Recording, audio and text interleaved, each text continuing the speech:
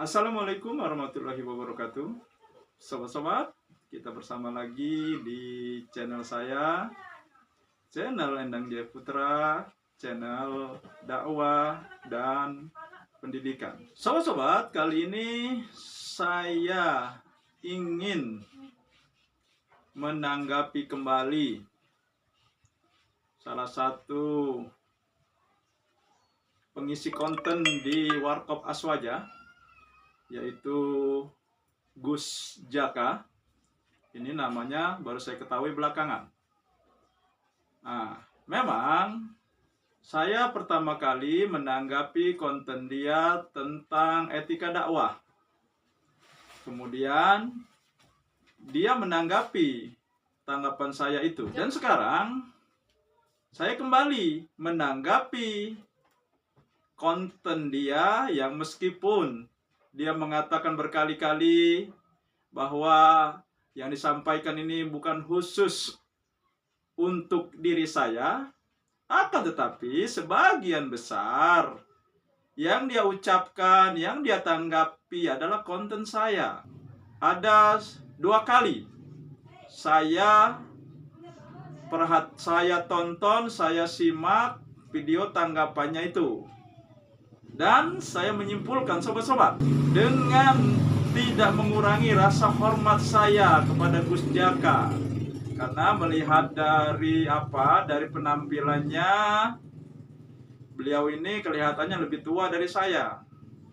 Akan tetapi menyampaikan kebenaran itu tidak tergantung usia. Kesimpulan saya berdasarkan cara dan ucapan dia menanggapi konten saya.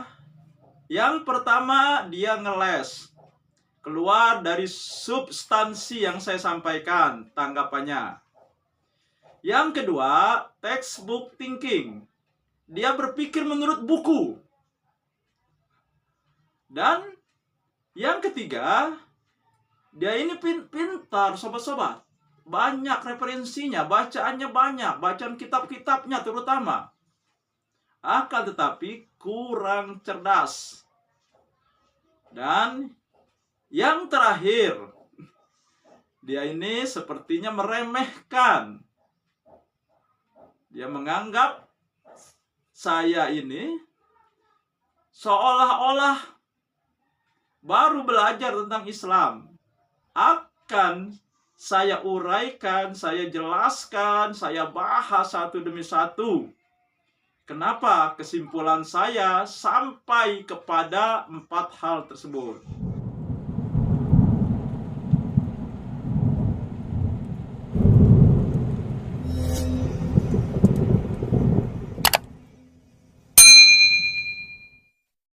Baiklah sobat-sobat. Yang pertama, dia ngeles.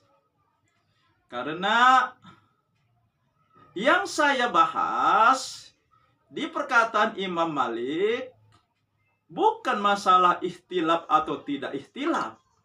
Akan tetapi saya bertanya, kenapa si penanya tersebut diburu, berlari? Apa salah mereka? Apa salah dia? Itu yang saya masalahkan. Tidak masuk akal kan? Cuma menyampaikan pendapat, kok sampai diburu? Seolah-olah dia punya kesalahan yang besar. Tapi dia mengungkapkan teori. Padahal itu bukan masalah teori. Masalah keanehan. Kenapa menyampaikan pendapat yang berbeda kemudian diburu oleh penjaganya? Ini.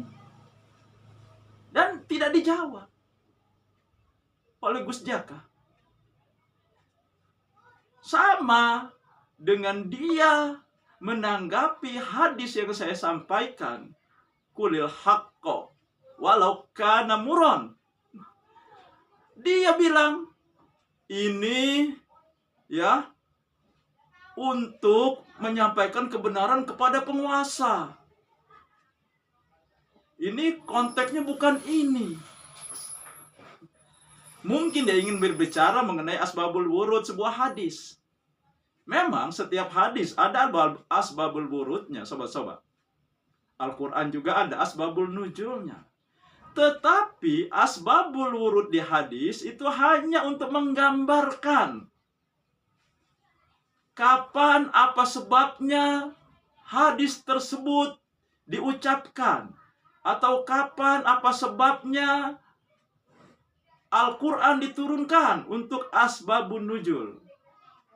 Tetapi setelah itu berlaku secara umum. Inilah yang saya katakan, dia ini ngeles.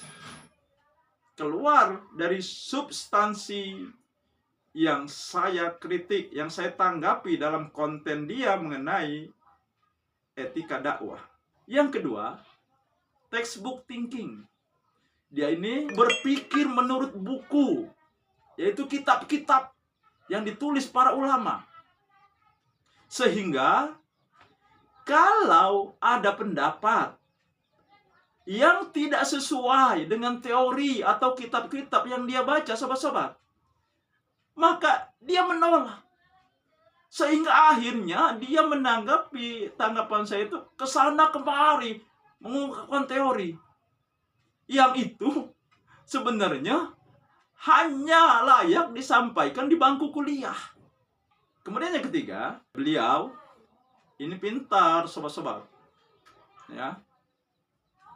Bacaannya banyak, referensinya banyak. Sehingga dia pernah menyampaikan, wah di kitab ini ada berapa jilid, 83 jilid. Luar biasa, sobat-sobat, bacaannya. Banyak referensi. Dia pintar, tetapi kurang cerdas. Nah ini, sobat-sobat. Karena orang cerdas pasti pintar, orang pintar belum pasti cerdas.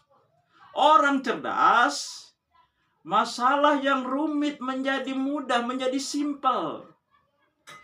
Tetapi orang pintar, masalah yang mudah, yang simpel menjadi rumit. Contohnya Gus Jaka ini. Simpel saja sebenarnya dalam masalah agama ini. Kembalikan kepada Al-Quran dan Sunnah Nabi. Sesuai dengan Al-Quran di surat An-Nisa 59. Ati'ullah wa ati'ur rasul wa ulil amri minkum. Fa in tanaja'tum fi shay'in farudduhu ilallahi wa rasuli. Jika kamu taati Allah, taati Rasul dan pemimpin di antara kamu.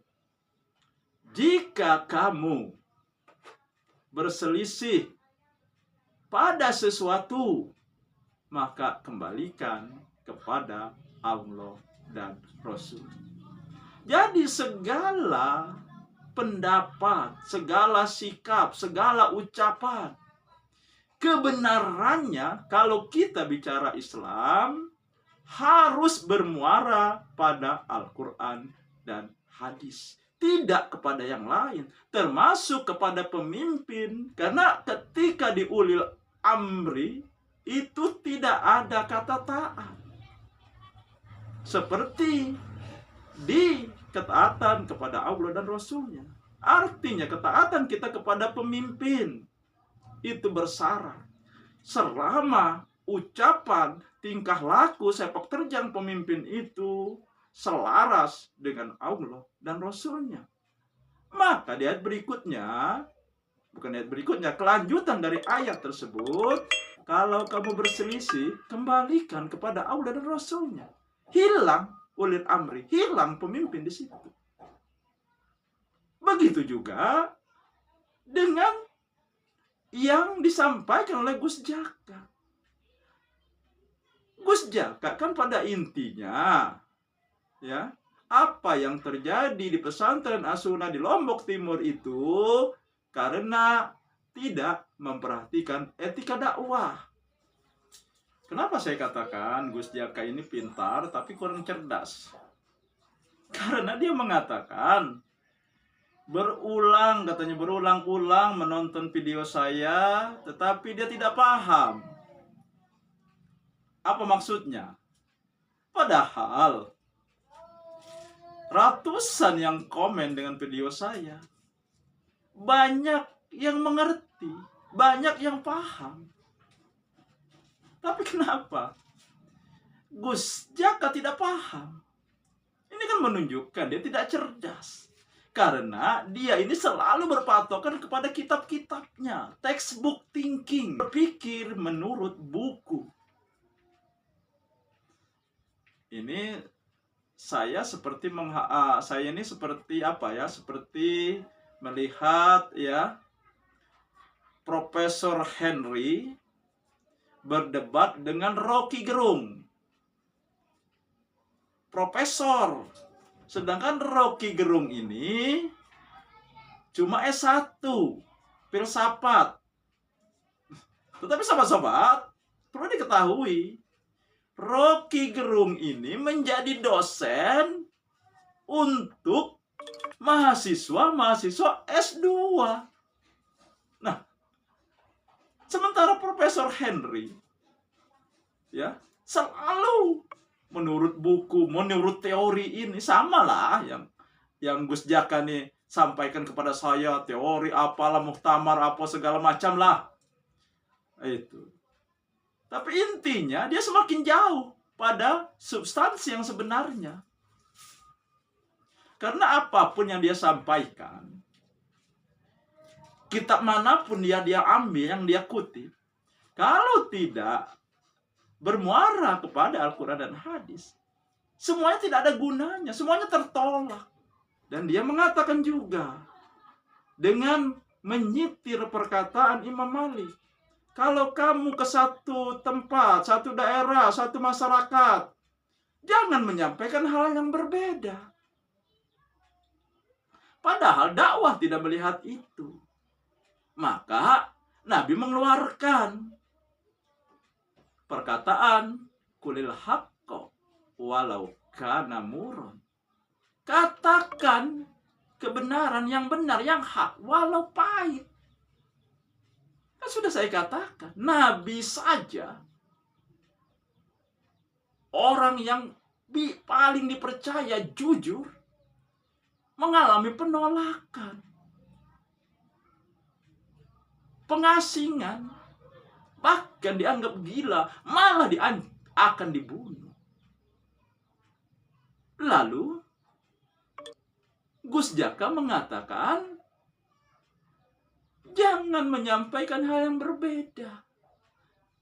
Sedangkan bukan menyampaikan hal yang berbeda sebenarnya, seperti Ustadz Mijan itu, tetapi menyampaikan kebenaran menurut Allah dan Rasulnya mengenai ziarah kubur yang bukan ziarah kuburnya sebenarnya, tetapi yang dilakukan ketika ziarah kubur, menziarahi kubur makam para wali yang disebut makam keramat, meminta rezeki, meminta keberkahan. Tapi Gus Jaka mengatakan ini wasilah, ini perantara. Tanyaannya, Gus Jaka, pernahkah Rasulullah berwasilah kepada makam? Walaupun makam itu orang salah, orang suci. Pernahkah? Nah inilah makanya kembalikan.